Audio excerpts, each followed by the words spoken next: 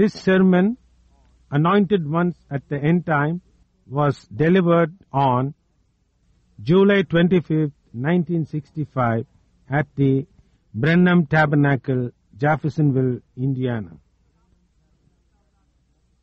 கர்த்தராகிய இயேசு கிறிஸ்துவின் பரிசுத்த நாமத்துக்கு மகிமை உண்டாவதாக.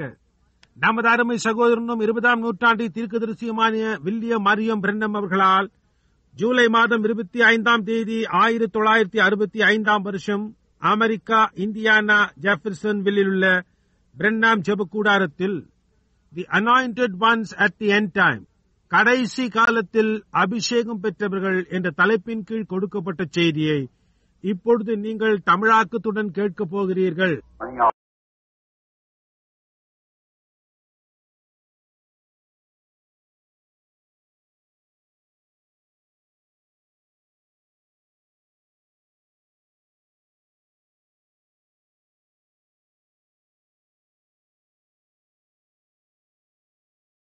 Notice, remember the shuck looks exactly like the wheat grain. See? Now you couldn't say back there in the Lutheran age, the stalk was the wheat, yet it's got the life in it. கவனியுங்கள், பதர் சரியாக கோதுமை மணியைப் போலவே காணப்படுகிறது என்பதை நினைவில் கொள்ளுங்கள். பார்த்தீர்களா? இப்பொழுது லூத்தரன் காலத்தில் கோதுமை தண்டாய் இருந்தது என்று நீங்கள் கூற முடியாது. அதே சமயத்தில் அது அதற்குள் ஜீவனை பெற்றிருந்தது. Stalk is all right. The life in the stalk was all right. But remember, the life advanced on. Advanced from Elisha to Elijah. The life keeps advancing on. But remember, it's in another stage. தண்டில் உள்ள ஜீவன் சரியாயிருந்தது. ஆனால் நினைவில் கொள்ளுங்கள், ஜீவன் முன்னேறியது. எலிசாவிடமிருந்து முன்னேறி எலியாவுக்கு வந்தான். ஜீவன் தொடர்ந்து முன்னேறி செல்கிறது. ஆனால் அது மற்றொரு கட்டத்தில் உள்ளது என்பதை நினைவில் கொள்ளுங்கள். It can't remain in that stage. We can't eat the Karen of some other age. We can't eat Pentecostal Karen, Methodist or Baptist. See, it's become a Karen. அது அந்த நிலையில் தொடர்ந்திருக்க முடியாது. நாம் வேறொரு காலத்தில் அழிகிறதை புசிக்க முடியாது. நாம் பெந்தேகோஸ்தையினருடைய, மெத்தோடிஸ்டருடைய அல்லது பாப்டிஸ்டருடைய அழுகி போன ஒன்றை புசிக்க முடியாது. பாருங்கள், அது அழுகி போய் உள்ளது. We have fresh food, the word of this hour, so forth. நமக்கு புதிய ஆகாரம், இந்த மணி நேரத்தின் வார்த்தை உள்ளது. Remember, the shuck is exactly like the grain of wheat. It didn't look like it in the blade. It didn't look like it in the tassel, but it sure did in the shuck. It didn't look like in the Jesus Christ same yesterday in Luther. It didn't look like it in Wesley. பதரானது சரியாக கோதுமை மணியை போன்றே உள்ளது என்பதை நினைவில் கொள்ளுங்கள். உங்களால் முடியாது. அது கதரை போன்று காணப்படவில்லை. அது பட்டு குஞ்சத்தில் அது காணப்படவில்லை. ஆனால் அது நிச்சயமாக பதரில் உள்ளது. லூத்தரன் காலத்தில் இயேசு கிறிஸ்து நேற்றைய தினத்தில் வெஸ்லி இருந்ததை போன்று காணப்படவில்லை. But sure does in Pentecost. To see the very elected, if it was possible. There's your ages. ஆனால் அது நிச்சயமாக பெந்தேகோஸ்தையில் உள்ளது. கூடுமானால் தெரிந்து கொள்ளப்பட்டவர்களையும் வஞ்சிக்கும். பார்த்தீர்களா? அங்கே உங்களுடைய காலங்கள் உள்ளன. But remember, that Pentecostal church in the last days was a Laodicea, and Christ was turned out, the kernel, the wheat itself. When he tried to manifest himself in the church, he was taken out. It's still a church, claimed to be anointed.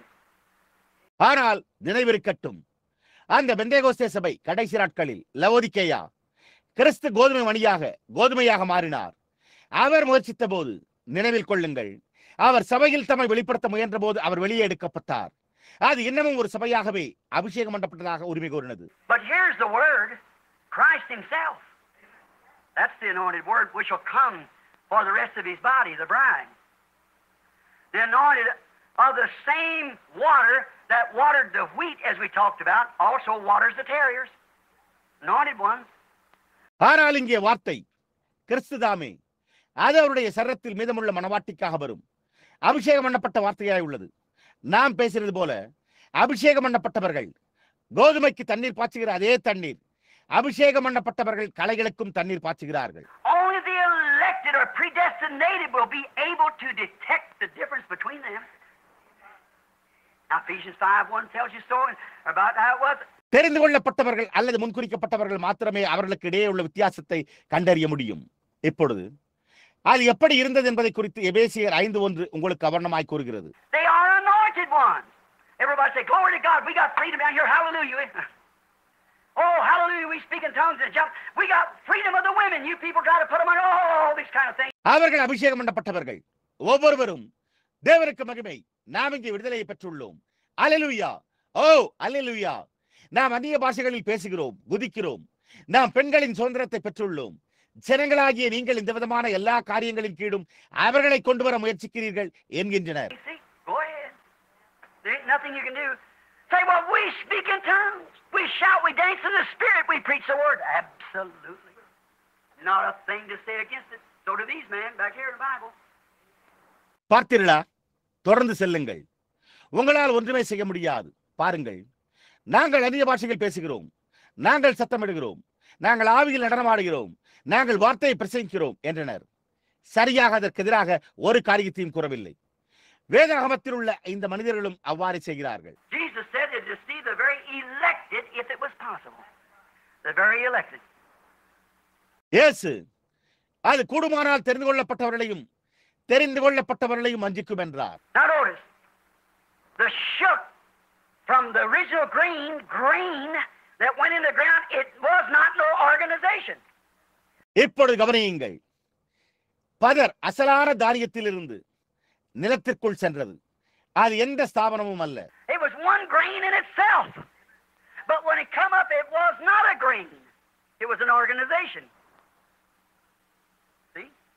Leaves, corn. அது தானாகவே ஒரே தானியமாக இருந்தது.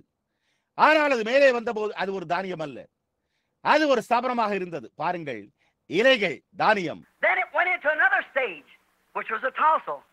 Still, it wasn't like the beginning. It was an organization. அதன் பின்னர் அது மற்றொரு கட்டத்திற்குள் சென்றது. அது ஒரு பட்டுக்குஞ்சமாக இருந்தது. அப்பொழுதும் அது துவக்கத்தை போலவே இருக்கவில்லை, அது ஒரு ஸ்தாபனமாக இருந்தது. It went into the shuck, many leaves. Pentecost, almost shaped out. Now, look at it, it's taking shape all the time. Almost exactly like the same. Looks exactly like a grain of wheat when you see that little hull there. அது பதற்குள்ளாக அநேக இலைகளுக்குள்ளாக சென்று பெந்தேகோஸ்தேயானது இப்பொழுது கிட்டத்தட்ட உருவாகிவிட்டது. அதை பாருங்கள், அது எல்லா நேரத்திலும் கிட்டத்தட்ட அதே விதமாகவே உருவாகி கொண்டிருக்கிறது. நீங்கள் அங்கே அந்த சிறு பதரை காணும் போது அது ஒரு கோதுமை மணியை போன்று காணப்படுகிறது. But finally, it's manifested in no organization. There's no more carriers. Organization is just a carrier. No more carriers. The stalk must die, the shuck must die, everything else must die, but the wheat lives on. ஆனால் முடிவிலே அது வெளிப்படுகிறது.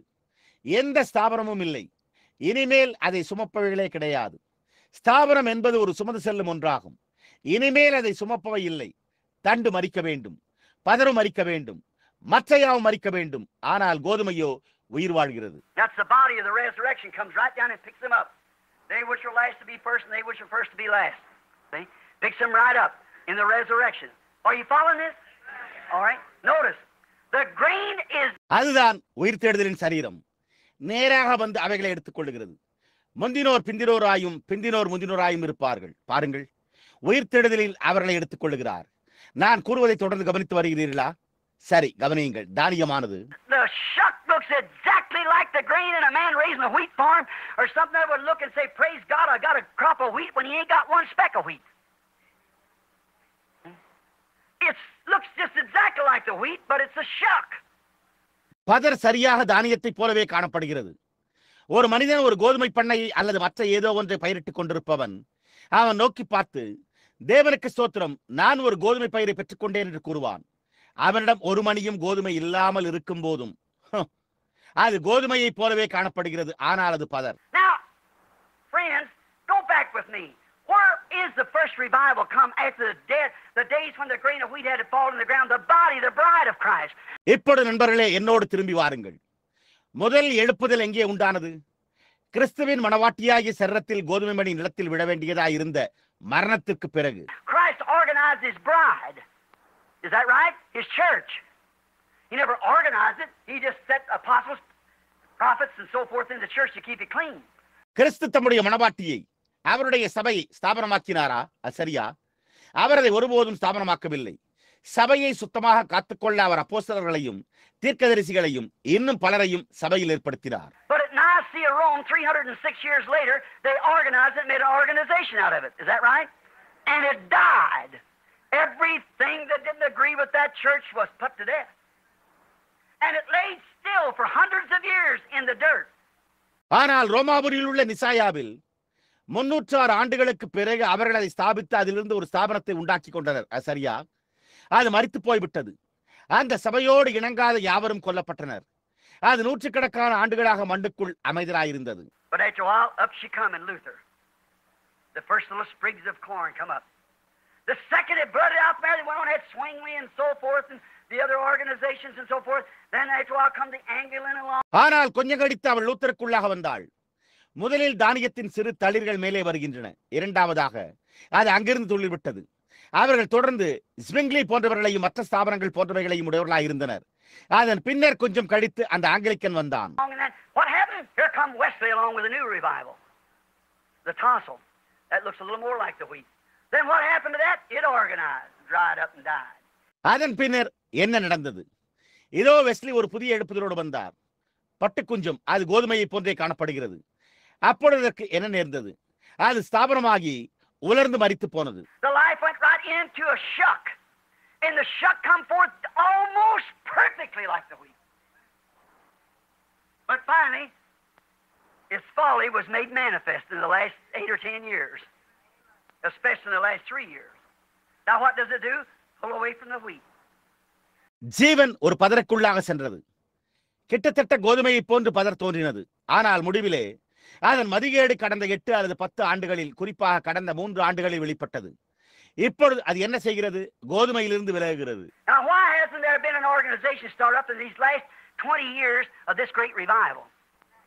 It's anointed prophets, anointed teachers, so forth. But why ain't there? There's nothing beyond the grain. இப்பொழுது இந்த மகத்தான எழுப்புதலில் கடந்த 20 ஆண்டுகளாக ஏன் ஒரு ஸ்தாபனம் உண்டாகவில்லை?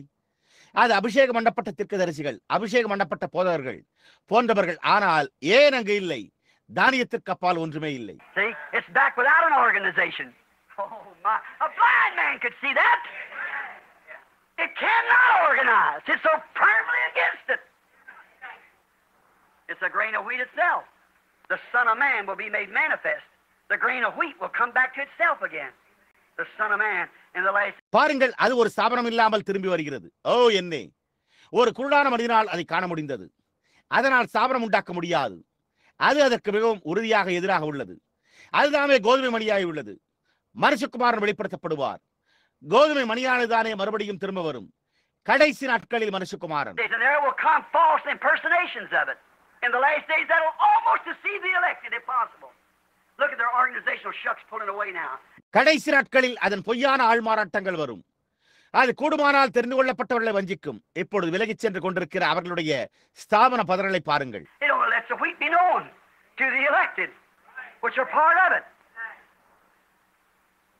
Notice how beautiful this is brought in here now. கோதுமையின் பாகமாய் இருக்கிற தெரிந்து கொள்ளப்பட்டவர்களுக்கு மாத்திரமே அது தெரியப்படுத்துகிறது. இப்பொழுது இது எவ்வளவு அழகாக இங்கே கொண்டு வரப்பட்டுள்ளது என்பதை கவனியுங்கள். Notice the anointed ones.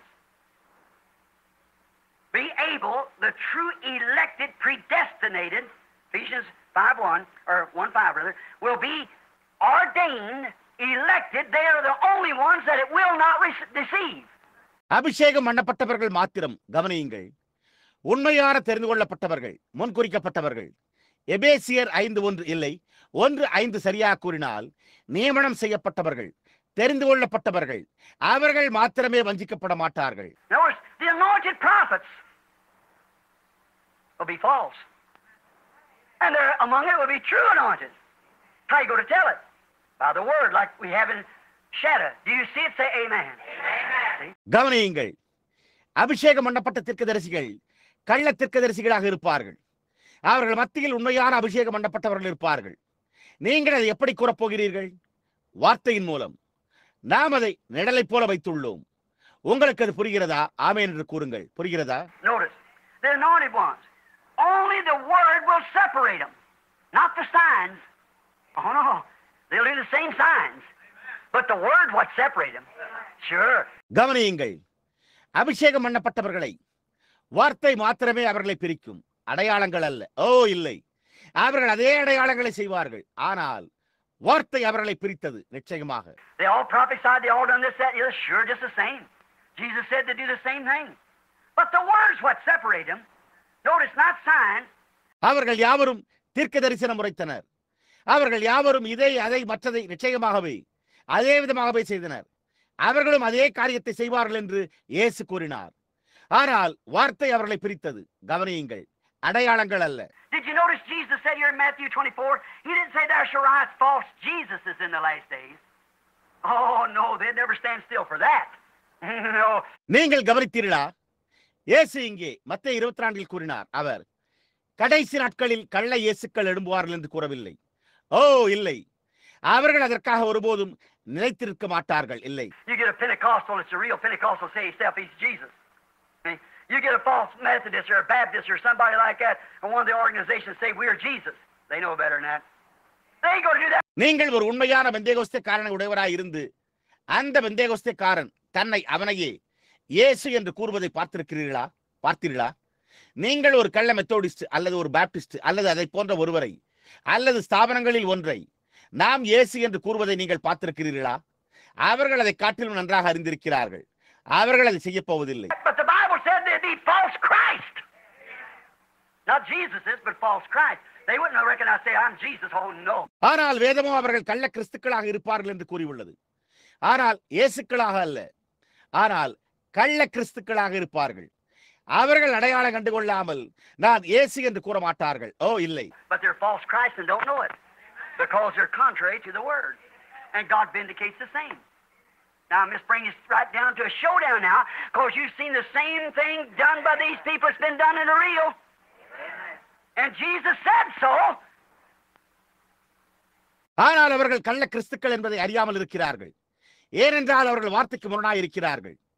தேவனும் அதையே உபகாரப்படுத்துகிறார். இப்பொழுது நான் இதை இப்பொழுது ஒரு பரபரட்சிக்கு கொண்டு வருகிறேன். ஏனென்றால் உண்மையாகவே செய்யப்பட்டிருந்த அதே காரியத்தை இந்த ஜனங்கள் செய்ததை நீங்கள் கண்டிருக்கிறீர்கள். இயேசுவும் அவண்ணமாய் கூறினார். Now, as I said now to you people out in the telephone land there, I'm not condemning you, but this is my church and my group that the Holy Spirit set me over, and I've got to tell them the truth. The hour's getting late. இப்பொழுது நான் கூறினது போல, இப்பொழுது அங்குள்ள ஜனங்களாகி உங்களிடம் அங்கே தொலைபேசி இணைப்பில் பேசுகையில் நான் உங்களை கண்டனம் செய்யவில்லை.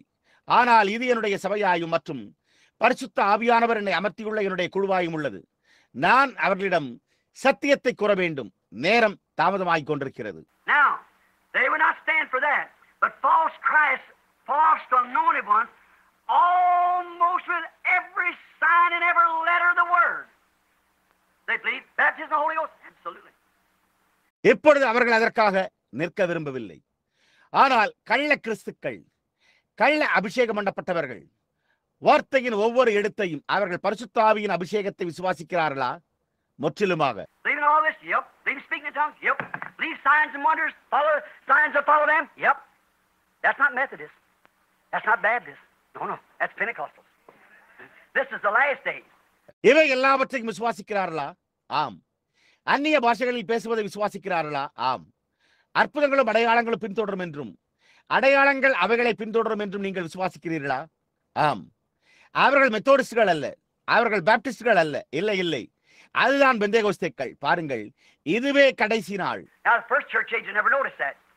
Methodist church age never noticed it. Baptist church age never noticed it. Presbyterian church age never noticed it. But it's a Pentecostal.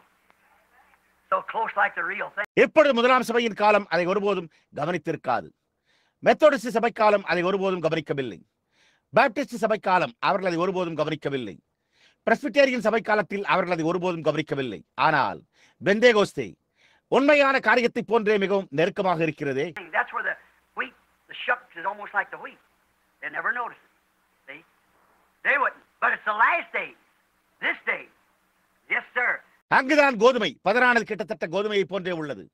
அவர்கள் அதை ஒருபோதும் கவனிக்க மாட்டார்கள். பார்த்தீர்களா? அவர்கள் செய்ய மாட்டார்கள். ஆனால் இதுவோ கடைசி நாட்களாய் இந்த நாள். ஆமாம் ஐயா. Notice, just like it was at the beginning, so will it be at the end. As Eve just misinterpreted one word Satan did to Eve, and she believed it. She, not he. The church, not him. See? கவனியுங்கள், அது துவக்கத்தில் இருந்தது போலவே அது முடிவிலும் இருக்கும். ஏவாள் ஒரு வார்த்தையை தவறாக வியாக்கியானம் செய்தாள். சாத்தான் ஏவாளுக்கு செய்தான். அவள் அதை விசுவாசித்தாள். அவள் அவன் அல்ல, சபையே அவர் அல்ல. பார்த்தீர்களா? The church was the one who got the false word. See? Not Adam, Eve. Not the Christ, the church, the bride. The anointed is supposed to be, calls herself the bride. She got the false word. சபைதான் போலியான வார்த்தையை பெற்றுள்ளது. பார்த்தீர்களா? ஆதாம் அல்ல, ஏவாள். கிறிஸ்துவை அல்ல, சபை, மணவாட்டி. அபிஷேகம் பண்ணப்பட்டவர்களாக இருக்க வேண்டியவர்கள் தன்னை மணவாட்டி என்று அழைத்துக் கொள்ளுகிறாள். பாருங்கள், அவள் தவறான வார்த்தையை பெற்றுள்ளாள். Can't you see that? Why it laces together like a shoestring, like the lashes on your eyes.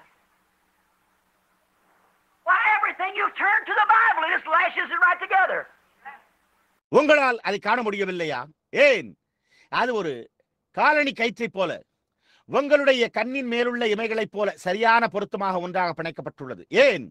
நீங்கள் வேதாகமத்துக்கு திரும்புகிற ஒவ்வொரு காரியத்தையும் சரியாக ஒன்று சேர்த்து பிணைக்கிறது. Eve, not Adam. Eve believed it, not Adam. The bride today, so-called, believed it, not the Christ. The bride has all kinds of so-called bride. Same signs, same wonders, same everything, but not the real one. Deceive the elected if it was possible. ஏவாள், ஆதாம் அல்ல. ஏவாள் அதை விசுவாசித்தாள். ஆதாம் விசுவாசிக்கவில்லை. இன்றைக்கு மணவாட்டி என்று அழைக்கப்படுகிறவள் அதை விசுவாசித்தாள். கிறிஸ்து அல்ல. மணவாட்டி எல்லா விதமான மணவாட்டி என்று அழைக்கப்படுகிறாள். அதே அடையாளங்கள், அதே அற்புதங்கள், அதே விதமான எல்லாமே.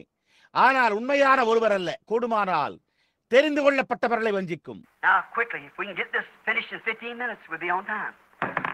Notice real close now, so you won't be misunderstanding to you.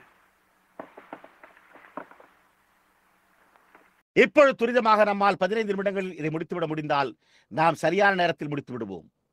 இப்பொழுது உண்மையாகவே கூர்ந்து கவனியுங்கள். எனவே நீங்கள் தவறாக புரிந்து கொள்ள மாட்டீர்கள். Now, no, they wouldn't stand to be called false Jesus. They wouldn't be stand to call Jesus, certainly not. That's too plain. Anybody would know that. Anyone would know they wasn't Jesus.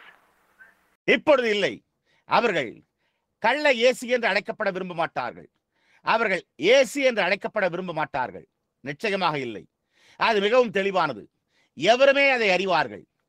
அவர்கள் இயேசு அல்ல என்பதை எவரும் அறிந்து கொள்வார்கள். I don't care if they had oil on their back and blood on their hands and up and down their eyes. They still know if anybody's got good sense know it wasn't Jesus. They wouldn't stand for that, but they call themselves the anointed. அவர்கள் தங்களுடைய முதுகில் எண்ணெய் வழிந்திருந்தாலும், அவர்களுடைய கரங்களில் ரத்தம் வழிந்தாலும், அவர்களுடைய கண்களில் மேலும் கீழும் காணப்பட்டாலும் எனக்கு கவலை இல்லை. அவர்கள் இன்னமும் அதை அறிவார்கள். நல்ல அறிவு படைத்த எவரும் அது இயேசு அல்ல என்பதை அறிந்திருப்பார்கள். பார்த்தீர்களா? அவர்கள் அதற்காக நிற்க மாட்டார்கள். ஆனால் அவர்கள் தங்களை அபிஷேகம் பண்ணப்பட்டவர்கள் என்று அழைத்துக் கொள்ளுகிறார்கள். And they do signs and wonders almost to deceive the elected.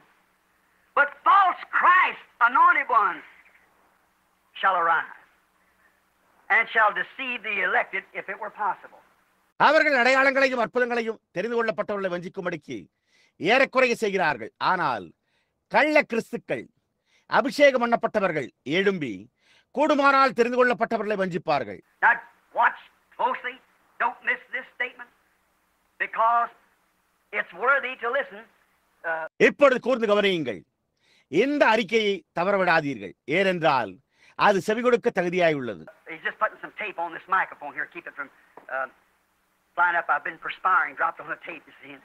அவர் இங்கே இந்த ஒலிபெருக்கியில் சில நாடாக்களை ஒட்ட வைத்து அது மேலே பறப்பதை தடுக்கிறார். எனக்கு வியர்த்து கொண்டிருந்தது. அந்த சத்தம் ஒளிநடாவில் பதிவு செய்யப்பட்டது. உங்களுக்கு தெரியும். And so it'll be just like if the Bible said it would be. எனவே அது அவ்வாறே இருக்கும் என்று வேதம் கூறியுள்ளது போன்று அது இருக்கும். பார்த்தீர்களா? Notice, not false Jesuses, false Christ. They believe they're anointed, but they know they're not Jesus.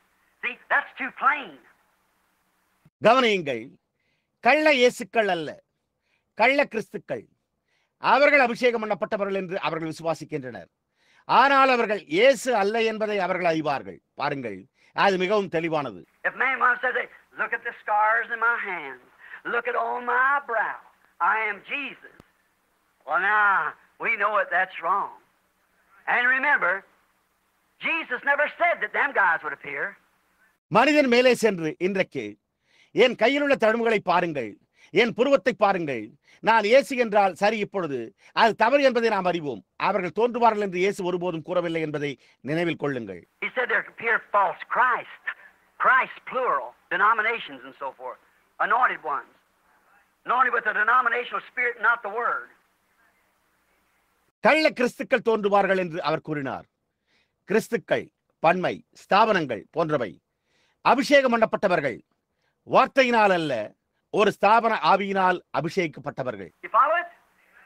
Not false Jesus, false Christ, false anointed ones. See? Oh, how plainly, how we, surely you won't miss it. நீங்கள் அதை கவனித்து வருகிறீர்களா? கள்ள இயேசு அல்ல, கள்ள கிறிஸ்துக்கள், கள்ள அபிஷேகம் பண்ணப்பட்டவர்கள். பார்த்தீர்களா? ஓ, எவ்வளவு தெளிவாக உள்ளது. நாம் எப்படி நிச்சயமாக நீங்கள் அதை தவறவிட மாட்டீர்கள். Now remember, I've always told you there's three classes of people. There's three races of people. Ham, Shem, and Japheth. Three races. இப்பொழுது நினைவிருக்கட்டும், 3 வகை ஜனங்கள் உண்டு என்று நான் எப்பொழுதும் உங்களிடம் கூறியிருக்கிறேன். 3 இன மக்கள் உள்ளனர். காம், சேம், யாபேத், 3 இனங்கள். Three classes. Now I said that is the believer, make believer, and unbeliever. It's always been, always will be. See? 3 வகுப்பினர், விசுவாசி, பாவனை விசுவாசி, அவிசுவாசி என்று நான் கூறினேன். அது எப்பொழுதும் இருந்து வந்துள்ளது, எப்பொழுதும் அவ்வாறு இருக்கும். பார்த்தீர்களா? There was Moses, the believer. There was Jambres and Jambres, the unbelievers. See? There was Balaam, Moses. Always that three classes of people. Three classes, believer, make believer, and unbeliever. அங்கே மோசே விசுவாசி, என்னேயும் எம்பிரேயும் இருந்தனர், அவிசுவாசிகள். பார்த்தீர்களா? பிலேயாம் இருந்தான், மோசே. எப்பொழுது 3 வகுப்பினர், 3 வகுப்பினர், விசுவாசி, பாவனை விசுவாசி, அவிசுவாசி. Now remember, the unbeliever, the denominational church, don't believe in any signs at all. Cold, formal, starchy. The church in the world, the denomination. எப்பொழுது நினைவிருக்கட்டும், அவிசுவாசி, ஸ்தாபன சபை எந்த அடையாளங்களையும் விசுவாசிக்க வேண்டாம். குளிர்ந்த சடங்காச்சாரமான விரைப்பான உலகத்தில் உள்ள சபை ஸ்தாபனம். But the make believer is that shuck. That's the guy that makes believe, and then there is a real believer. That's really true. I watch them as they go along now, just for a minute. ஆனால் பாவனை விசுவாசியோ அந்த பதராகும். அந்த நபர்தான் விசுவாசிக்க வைக்கிறார். அப்பொழுது உண்மையாகவே உண்மையுள்ள ஒரு உண்மையான விசுவாசி உண்டு. இப்பொழுது அவர்கள் தொடர்ந்து செல்வதை ஒரு நிமிடம் கவனியுங்கள். And notice how bold these unbelievers are, or these make believers and unbelievers. Wow, they're bold. Look, even as Satan stood right up in the presence of the true word and said, இந்த விசுவாசிகள் அல்லது இந்த பாவனை விசுவாசிகள் மற்றும் அவிசுவாசிகள் எவ்வளவு தைரியம் உள்ளவர்கள் என்பதை கவனியுங்கள். என்னே, அவர்கள் தைரியமானவர்கள். பாருங்கள், உண்மையான வார்த்தையின் முன்னிலையில் சாத்தான் எழுந்து நின்று கூறியதை போலவே. it's written. Is that right? எழுதி இருக்கிறதே என்றான். அசரியா? Why did Satan do that? It's because he didn't know the word for that. He knew the word was for that hour, but he doubted this humble little man being that word. சாத்தான் ஏன் அதை செய்தான்? அதற்குரிய வார்த்தையை அவன் அறியாத காரணத்தினாலோ, அந்த வார்த்தை அந்த வேலைக்கானதாய் இருந்தது என்பதை அவன் அறிந்திருந்தான். ஆனால் இந்த தாழ்மையான மனிதன் அந்த வார்த்தையாய் இருந்தார் என்பதை அவன் சந்தேகப்பட்டான். If thou be the Son of God, I know the Son of God's coming because it said he would do that. And it's written he'll give these angels charge over thee. See? Prove it to me. Do a miracle. Let me see you do it. See? See?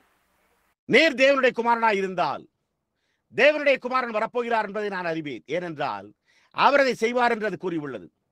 அவர் தம்முடைய தூதர்களுக்கு உம்மை குறித்து கட்டளையிடுவார் என்று எழுதப்பட்டிருக்கிறது. பார்த்தீர்களா? அதை எனக்கு நிரூபியுங்கள். ஒரு அற்புதத்தை செய்வீராக. நீர் அதை செய்வதை நான் காணட்டும் என்றான். பார்த்தீர்களா? பார்த்தீர்களா? See the unbeliever, make believer, impersonator. Look at Judas right among them at the same time. Make believer. See? Notice, there was a true word. பாருங்கள், அவிசுவாசி, பாவனை விசுவாசி, பாவனை செய்பவன். அவர்கள் மத்தியில் இருந்த யூதாசை பாருங்கள். அதே சமயத்தில் பாவனை விசுவாசி. பார்த்தீர்களா? கவனியுங்கள், அங்கே உண்மையான வார்த்தை இருந்தது. How bold they are. Now don't pay attention to that nonsense. There's nothing to it. Don't go up there. It's just a bunch of noise. There's nothing to that. That's just all fiction. That's in your mind. See? See what I mean? Stand right in the presence of the word and say it. அவர்கள் எவ்வளவு தைரியமானவர்கள்.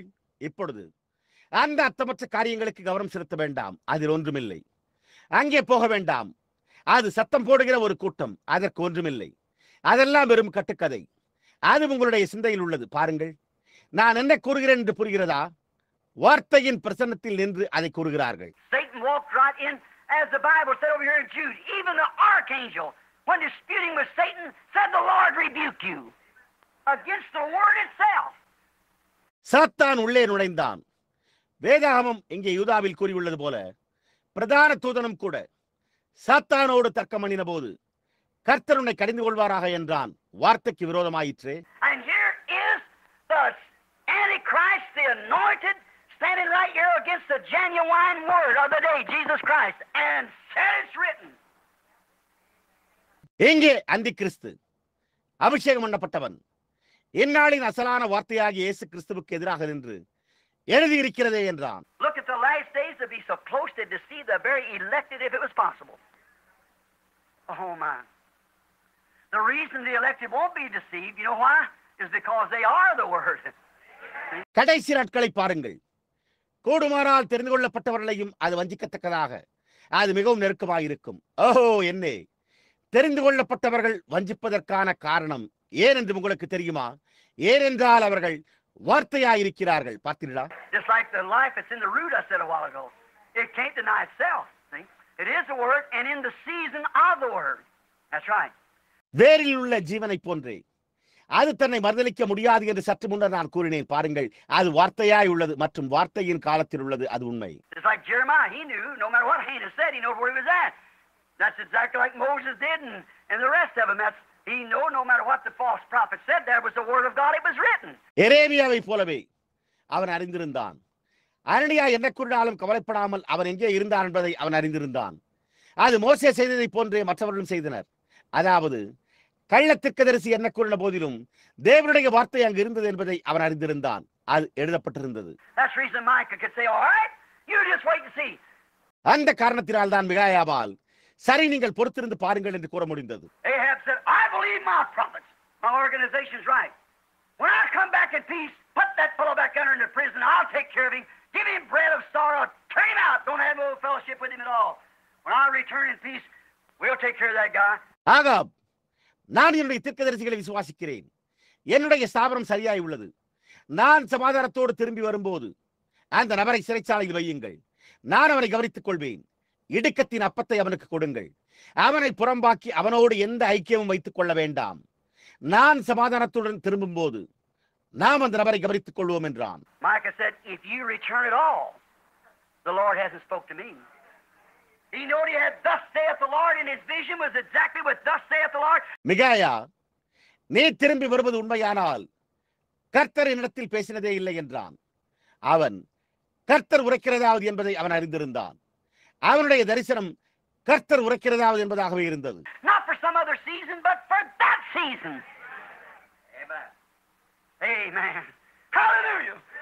Amen. The season. வேறொரு காலத்திற்காக அல்ல, ஆனால் அந்த காலத்திற்காக. ஆமென். அல்லேலூயா. அந்த காலத்திற்காகவே. Oh, stand up and dispute with the archangel. It's been said that fools are trod with hobnail shoes where angels fear to walk. Right. தைரியமாக எழும்பி நின்று ஒரு பிரதான தூதனோடு தர்க்கம் செய்வது. தேவ தூதர்கள் நடக்க பயப்படுகிற இடங்களில் எல்லாம் மூடர் காலணிகளை அணிந்து கொண்டு மிதிப்பார்கள் என்று கூறப்பட்டுள்ளது. அது உண்மை. The reason the elected Jesus said won't be deceived because they are that word. They can't be nothing else. They can't hear nothing else. They don't know nothing else. Right. ஏனெனில் தெரிந்து கொள்ளப்பட்டவர்கள் வஞ்சிக்கப்பட மாட்டார்கள் என்று இயேசு கூறினார். ஏனென்றால் அவர்கள் அந்த வார்த்தையாயிருக்கிறார்கள். அவர்கள் வேற எதுவுமாக இருக்க முடியாது. அவர்களால் வேறு எதையும் கேட்க முடியாது.